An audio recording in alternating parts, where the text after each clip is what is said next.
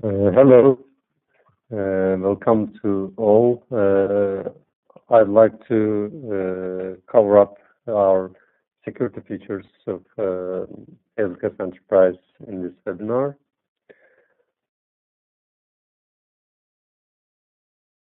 Let's check the agenda. First, we will look into socket and security interceptor. Then we will check our encryption, symmetric encryption and SSL. And at the end, we will see how to implement a LoginModule to authenticate and configuring permissions for authorization. Hopefully, we will have a QA session at the end. Let's start with socket interceptor. It's a hook to the connections established between server to server or client to server. It can be used to perform custom connection procedures. One example is authentication. It is very easy to configure. All you need to do is enable socket interceptor in your XML configuration and pass the class name, or you want to configure it programmatically. We have actually two interfaces. The socket interceptor interface has two methods, init and onConnect. Init is called at the initialization level. The socket interceptor interface is used by client side. You have to implement this interface for using on the client side. Whenever a client connects to a cluster, onConnect method will be called. And as for the member socket interceptor, as from the name, you have to implement a member socket interceptor for server side. It will have an additional method, onAccept. OnAccept will be called on the connected side. OnConnect will be called on the connecting side. So let's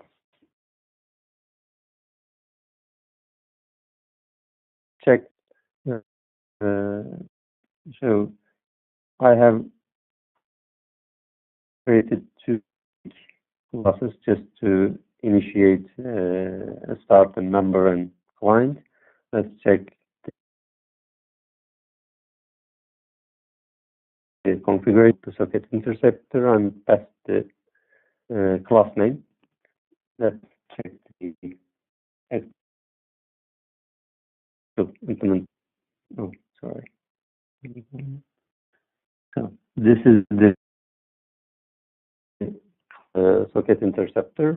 Whenever a client connected to a cluster, just after the connection established, this onConnect method will be called. What we do here is we get the output and input stream from the socket and write a single byte and read the answer. So if it is not a pre-configured value, we get the exception. So let's see the onAccept method of the member side. We are doing the same thing over here, but since this is the accepting side, we first read what is written from the client side, check if it is an expected value, and write an answer to the client side. If it is not an expected value, we write something different and close the socket. So basically, we are here using the socket interceptor for authentication. It is a very basic and from example, but just to show what we can do with socket interceptors. So here, client will not be able to connect because it is not writing the wrong bytes to the string. Okay, let's continue.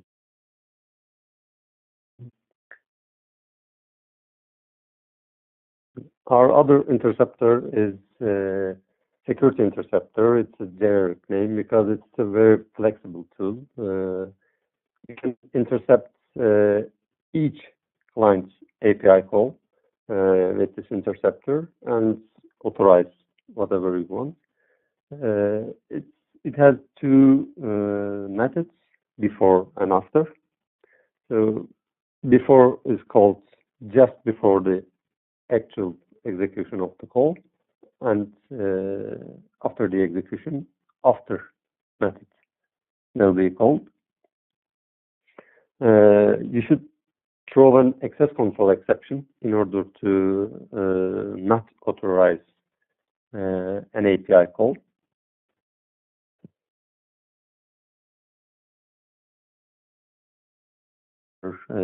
Basic example for this.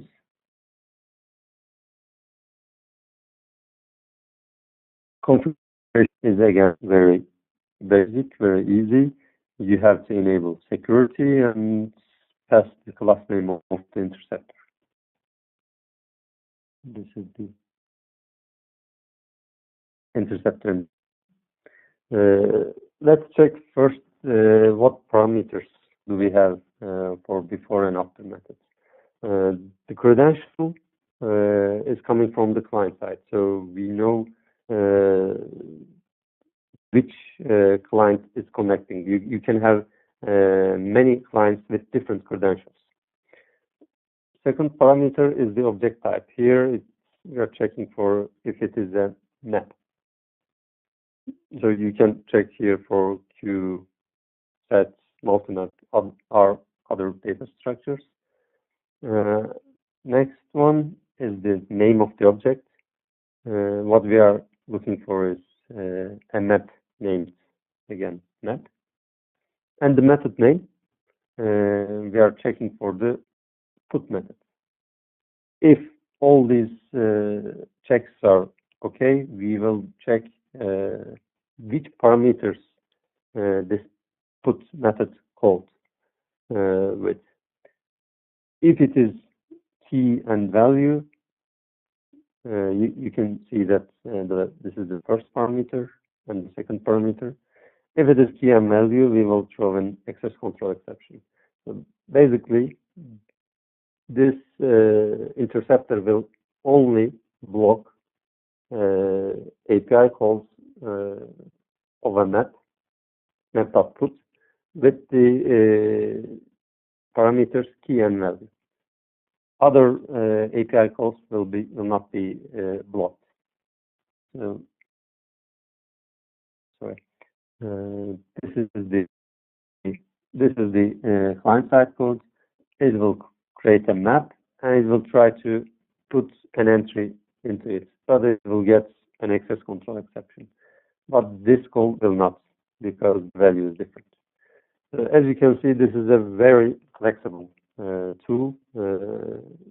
You can build a very complex authorization mechanism on top of it.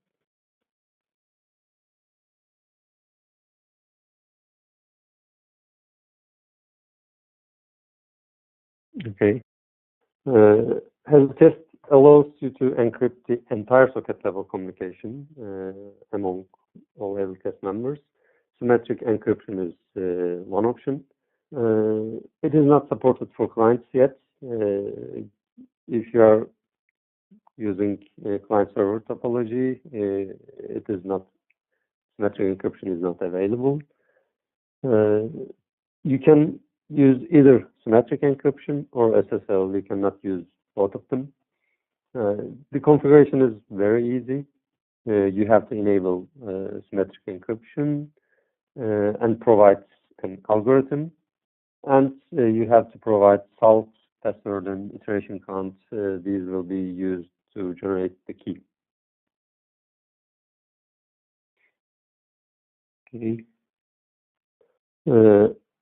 Hazelcast supports SSL encryption between members and clients, so it is different from symmetric encryption. you can use both client and members with SSL. And to be able to use it, you should implement an SSL context factory and configure Hazelcast accordingly. This SSL context factory has two methods. In it, basically initialize the context factory, and you have to provide an SSL context when needed. Hazelcast provides a default SSL context factory. It uses configured key store and trust store to initialize the SSL context. I have mentioned that client also uses SSL support. SSL can be configured via programmatically or system properties or with XML configuration. Let's have a look at, let's check an example.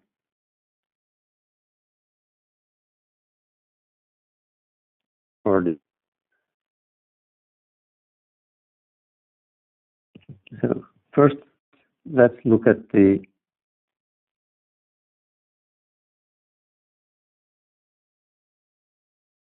configuration, SSL in the configuration, and pass the class name of our context factory.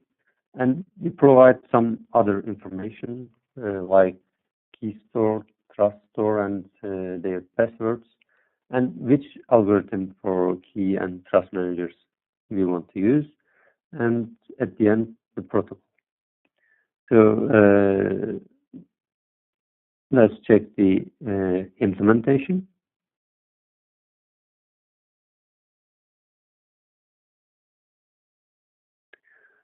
Basic SSL context factory, which provided by Hazelcast. I have just put it here just to see what we are doing inside of. So basically, with the provided information at the configuration, those key store and trust stores are loaded from the file, which I have created beforehand.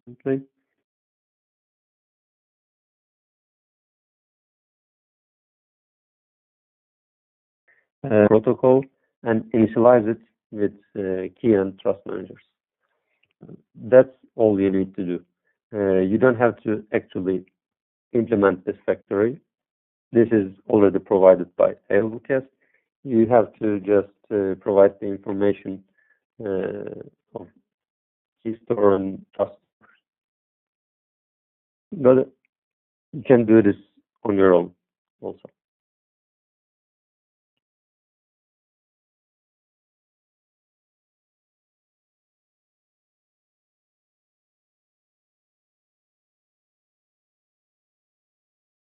JAAS security and LoginModules. Hazelcast supports standard JAAS security to be able to authenticate cluster members and clients. To implement it, you have to configure one or more LoginModules, implement and configure, and credential factory. We will get back to that implementations in a moment.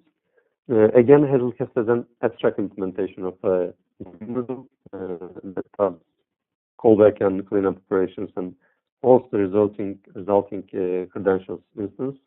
You don't have to implement LoginModule interface, but extend our cluster LoginModule. It will ease your way.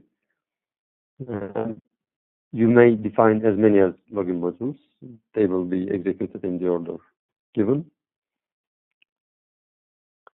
And the usage attribute has 4 values: required, requisite, sufficient, and optional. Hazelcast has also a default implementation for the credentials factory. It uses the group name and group password configured in Hazelcast XML. You can create your own credentials factory too. We will see that in a moment.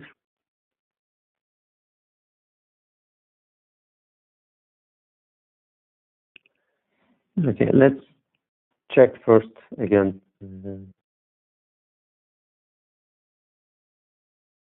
how you have to enable security and provide credentials factory class name.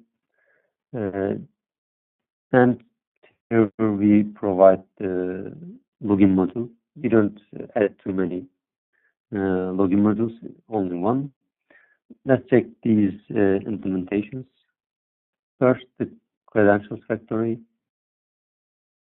It has three methods: configure, basically initialize the factory. New credentials will be called by Hazelcast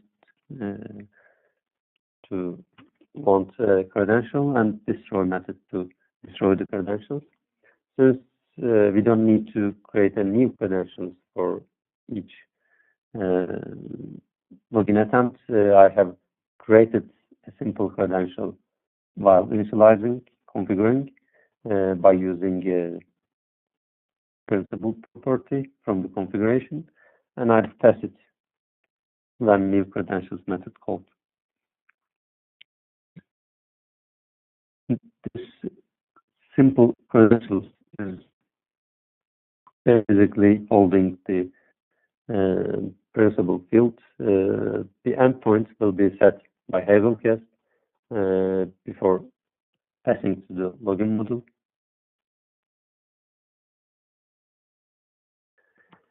So when a new member joins in the cluster, this on login method will be called. And what we are doing here is actually just checking if the principal configured this options map is filled from the properties in the configuration. So basically, I'm just checking if the principal in the configuration is the same as the newly joined members' credentials. If they are same, I return true and login will proceed. If it is not same, then the new member will not be able to join the cluster. So it's a very basic login mechanism. You can, of course, use more complex options like authenticating using LDAP or some other integration points. Okay, this was the authentication part of our security system. We have a authorization part also, which we do with permissions.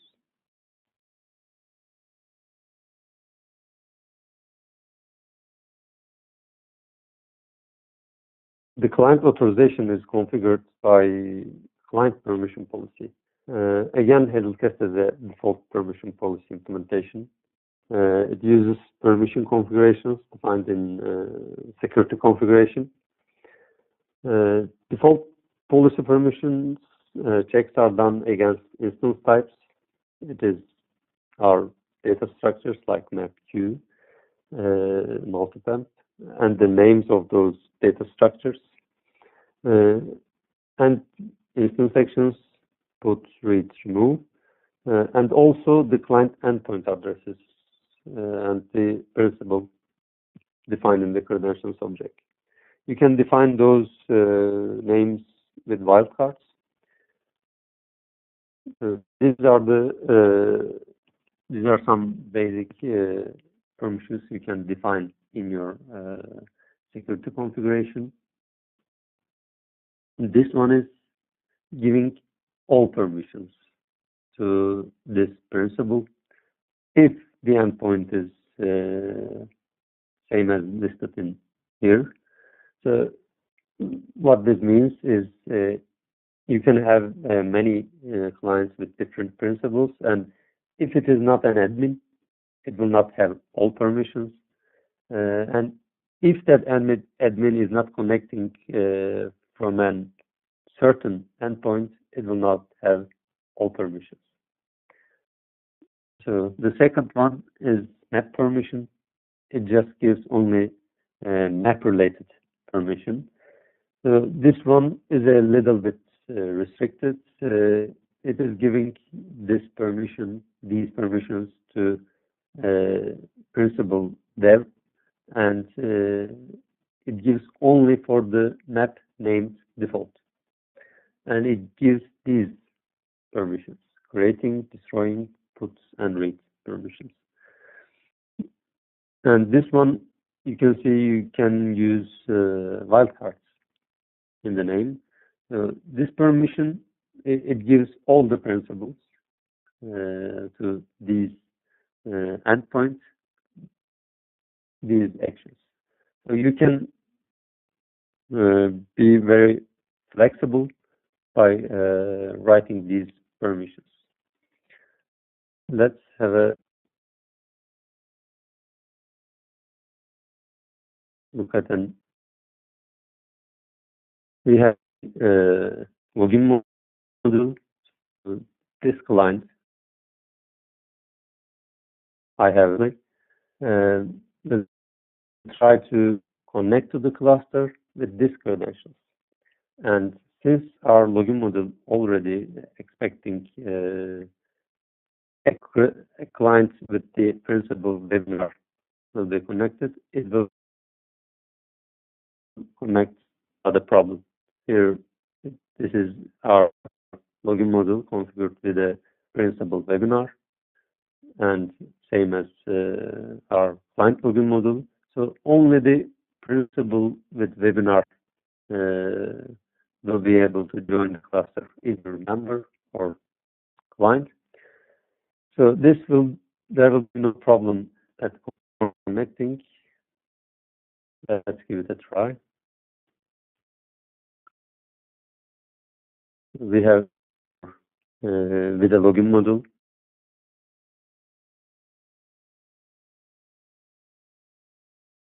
credential webinar. We are expecting to look smoothly. Okay, there is no problem here. If we change the principal name, it shouldn't be able to connect. Yeah, invalid credentials.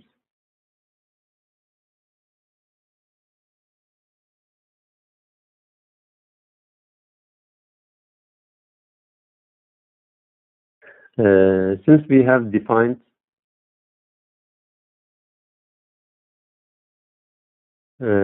principal webinar, a map permission only for the maps, only for the map named with map, and we give only the put permission. So this should be able to pass. So there shouldn't be any problem, but it will fail.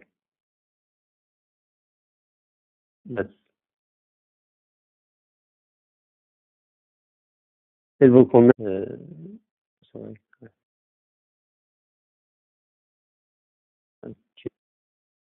It will successfully, but it will not be able to put, because we are doing here. First one, creating the map. Second one, putting an entry into the map. So we don't have an create permission. That's why we are failing.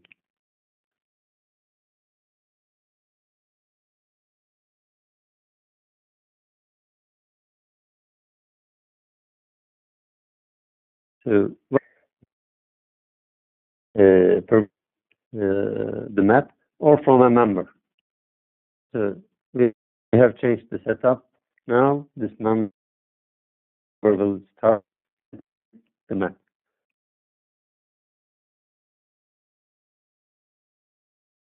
Then client will start. Here it will try to get the map. If it is not created yet, it will create it.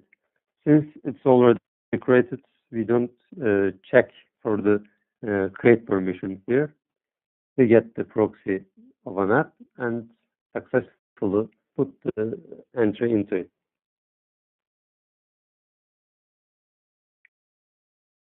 So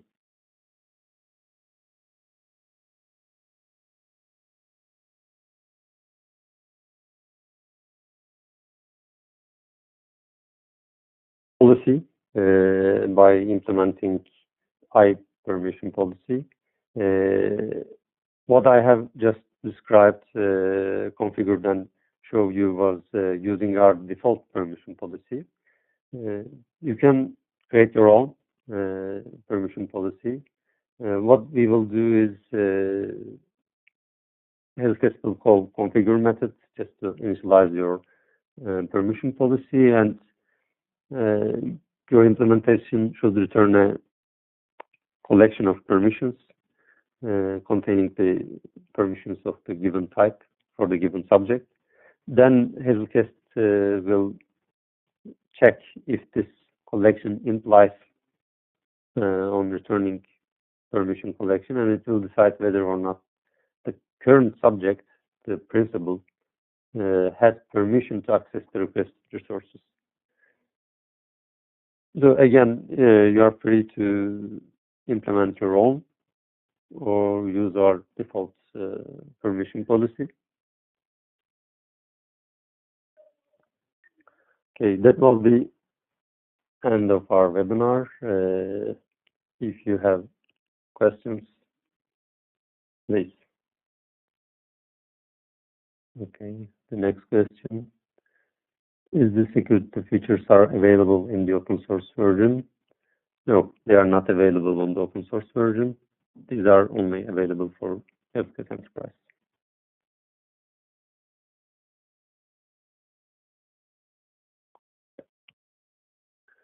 Okay, the next question. For member socket interceptor, what is the use case for on accept? Why was it added? The question is, so let me show the example again. So it will be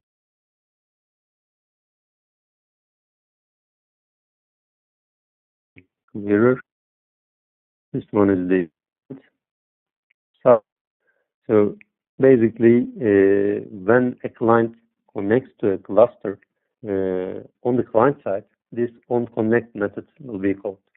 So a client socket will be intercepted, and that socket interceptor also connect method will be called.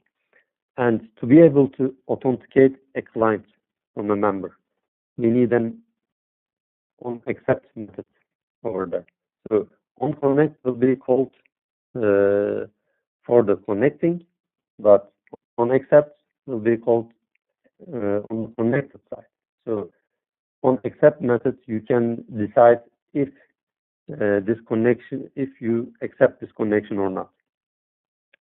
So that's why we have an on accept method. So next question. Can you elaborate on how security setting will affect the performance? I should mention one by one for each features.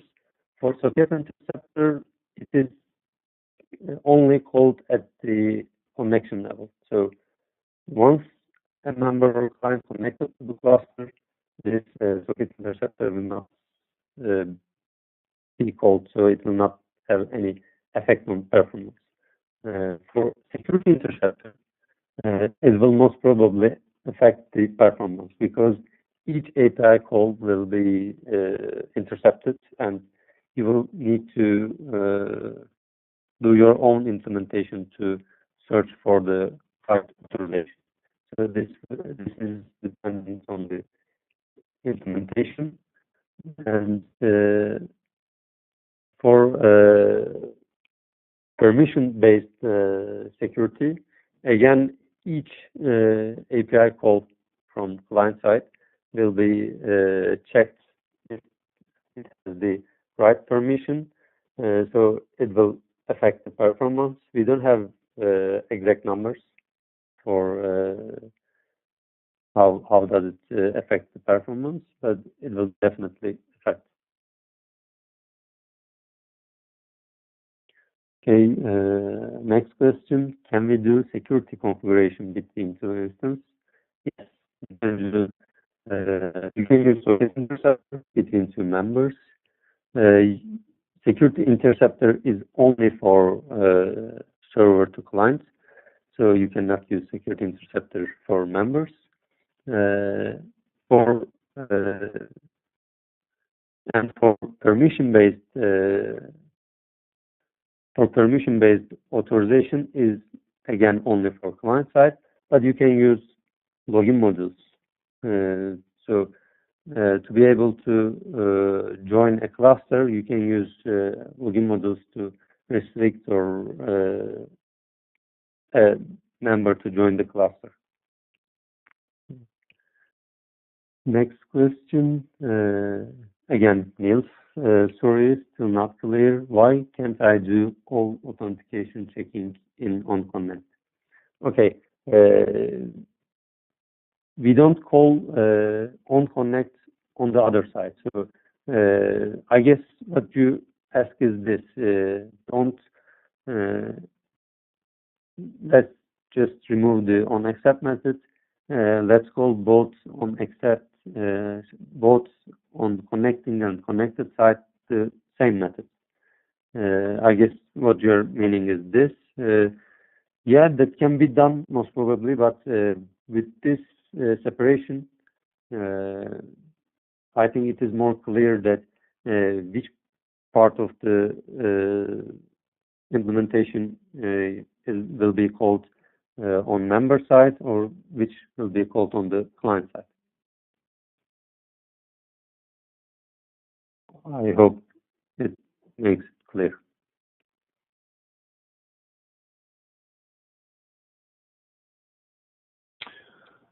Okay, I think we're going to go ahead and wrap this up. Thank you, Ali.